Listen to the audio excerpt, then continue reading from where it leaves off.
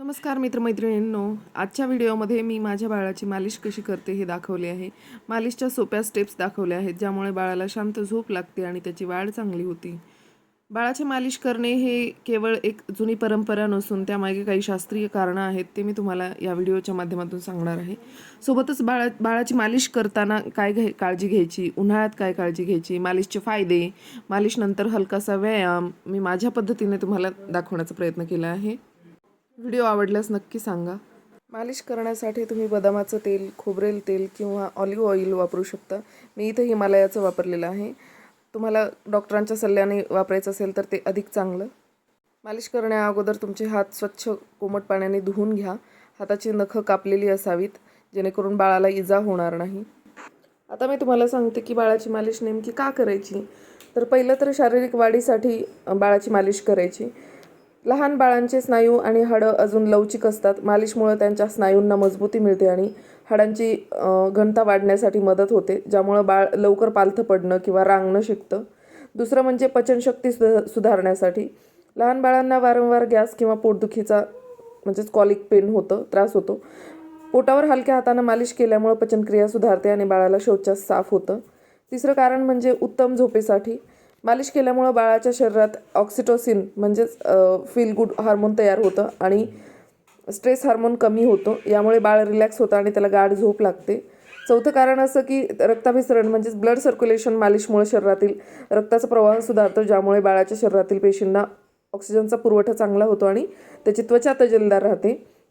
पाचवं कारण असं की रोगप्रतिकारक शक्ती म्हणजेच इम्युनिटी बाळाची नियमित मालिशमुळे बाळाची रोगप्रतिकारक शक्ती वाढण्यास मदत होते, ज्यामुळे बाळ वारंवार आजारी पडत नाही. आणि भावनिक बंध पण तयार होतो. मालिशच्या वेळी आई आणि बाळ यांचा स्किन टू स्किन स्पर्श होतो, त्यामुळे बाळाला सुरक्षित वाटतं आणि आई आणि बाळाचं नातं घट्ट होतं. आणि महत्त्वाचं कारण असं पण आहे की मेंदूचा विकास म्हणजेच ब्रेन डेव्हलपमेंट होतो.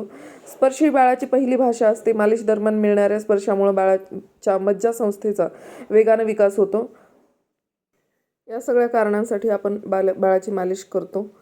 आणि उन्हाळ्यामध्ये बाळाची मालिश करताना विशेष काळजी घेणं गरजेचं असतं, कारण उष्णतेमुळं बाळाच्या त्वचेला त्रास होऊ शकतो.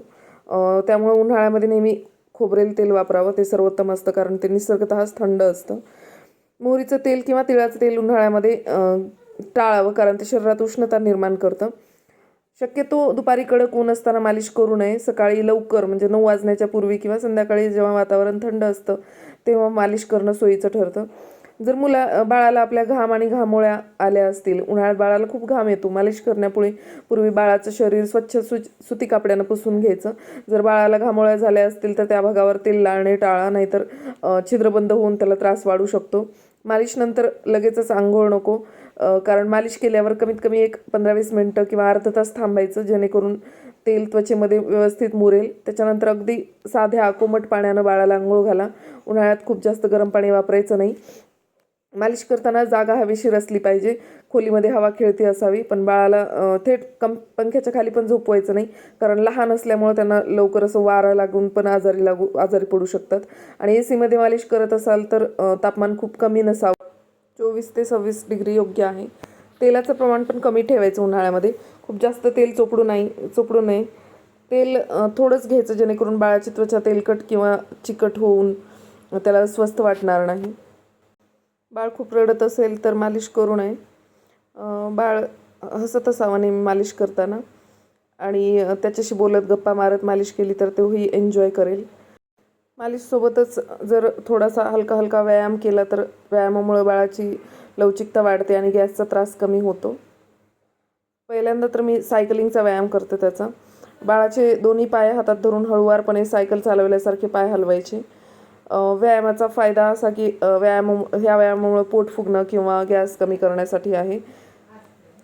पाय पोटाशी दाबणं म्हणजेच बाळाचे दोन्ही पाय हळूच पोटाच्या दिशेने दाबायचे आणि मग सोडायचे.